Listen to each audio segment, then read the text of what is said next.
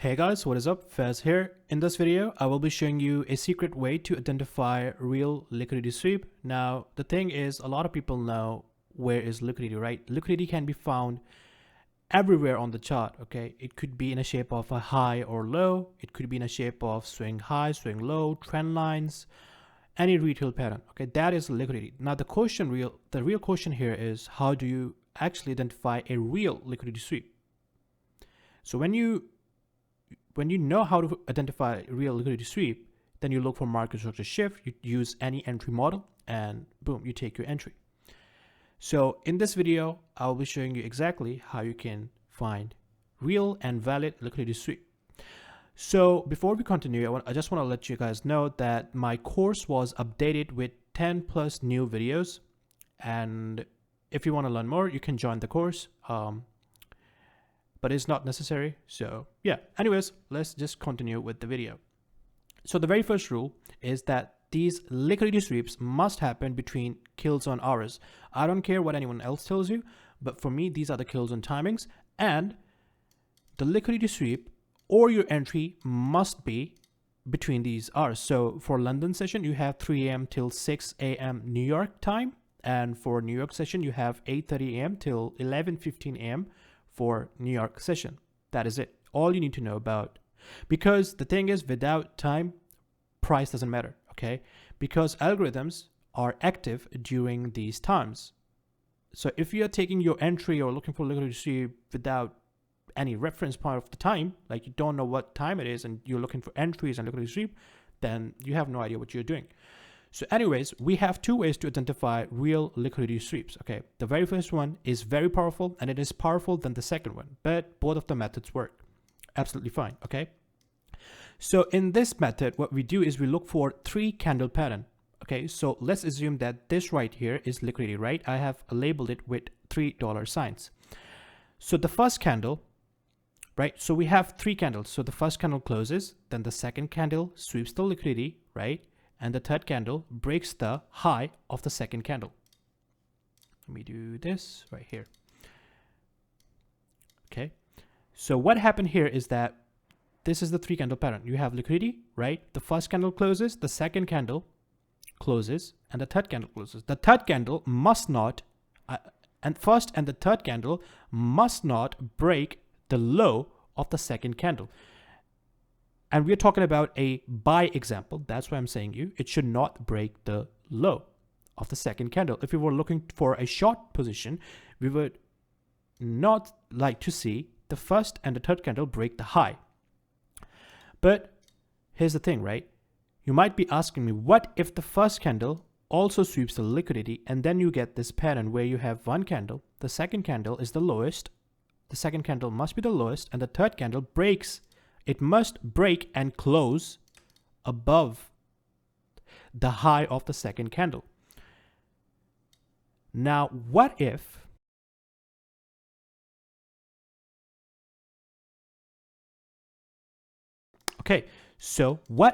this is the scenario?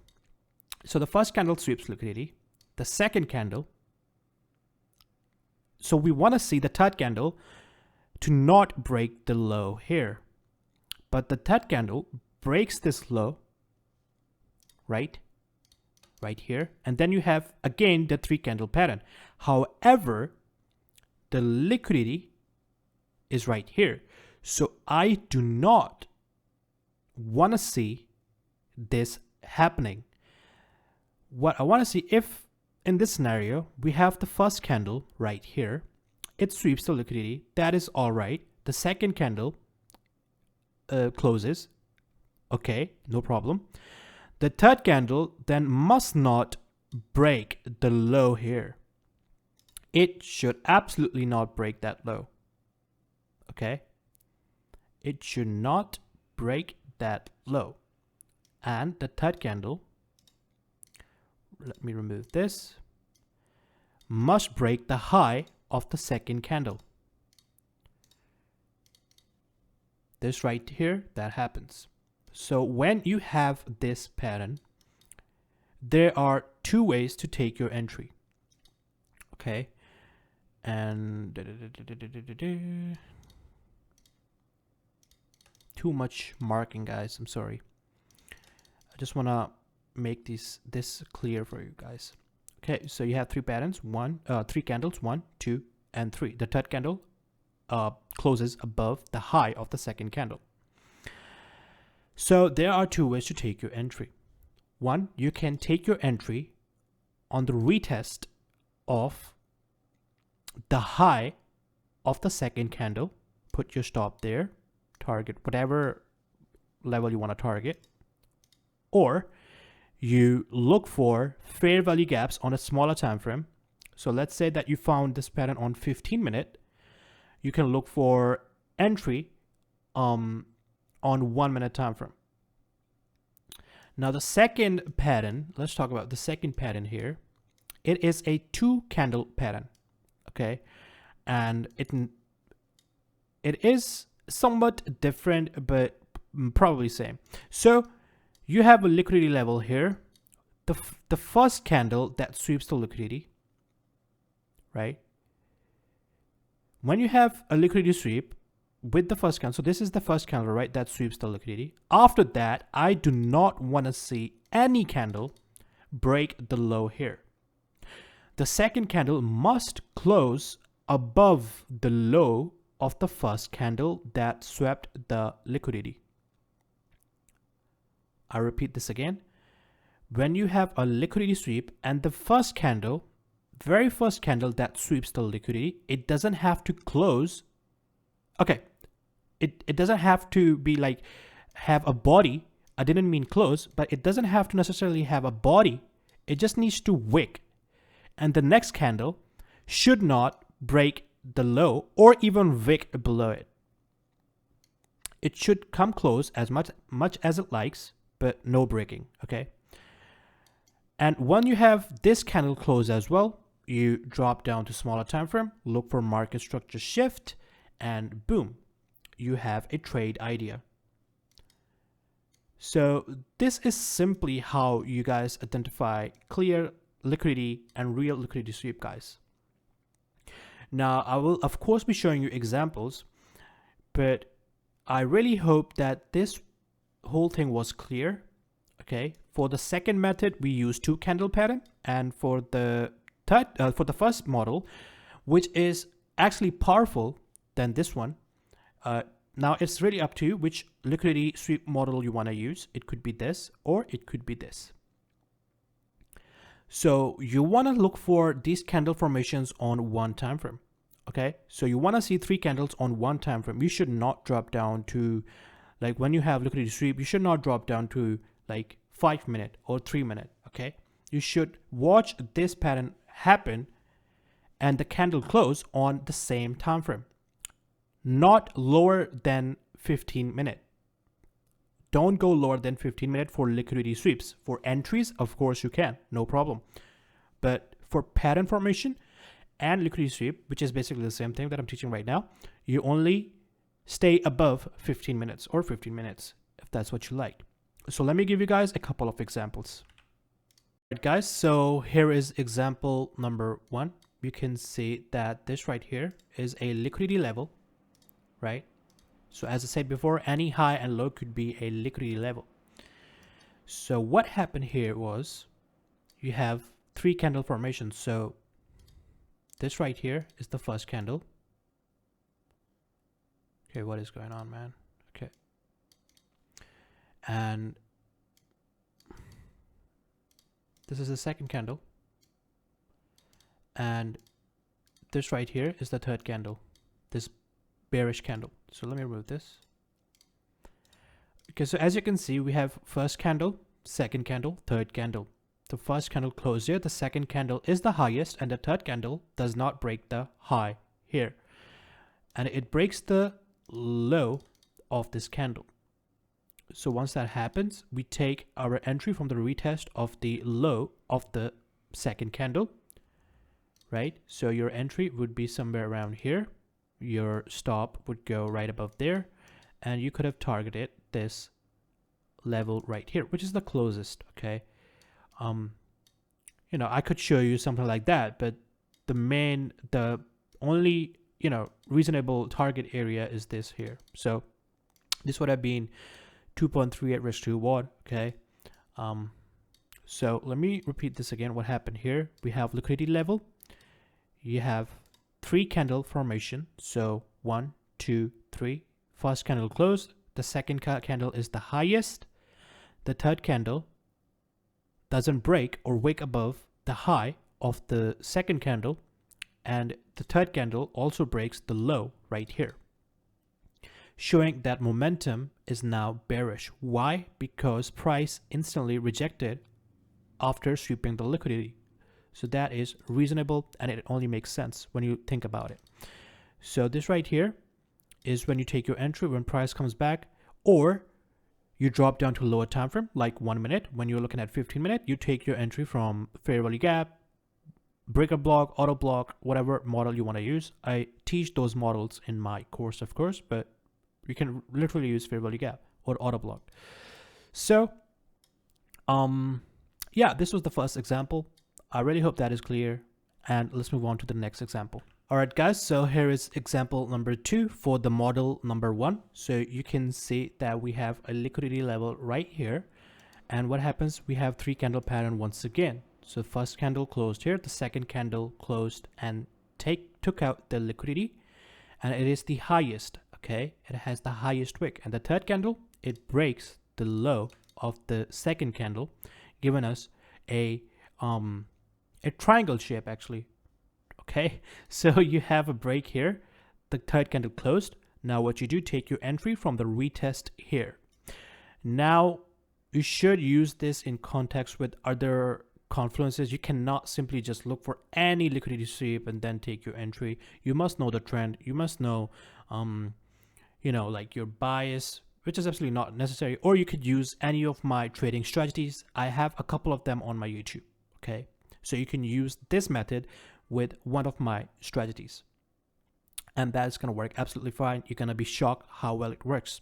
Okay, so you could take your entry from the retest, or you could drop down to a smaller time frame. Although I must warn you, it must have its cons. For example, right here, you can see there must be some fair value gap right here, but price just retested this level and shot down like crazily. Okay, so let me give you guys the examples for model number 2. Guys, so here is the example for model number 2. So you can see that we have a liquidity level right here, and you see that this candle goes up, wicks above it, and if I go forward with this, you can see that the second candle did not go above it.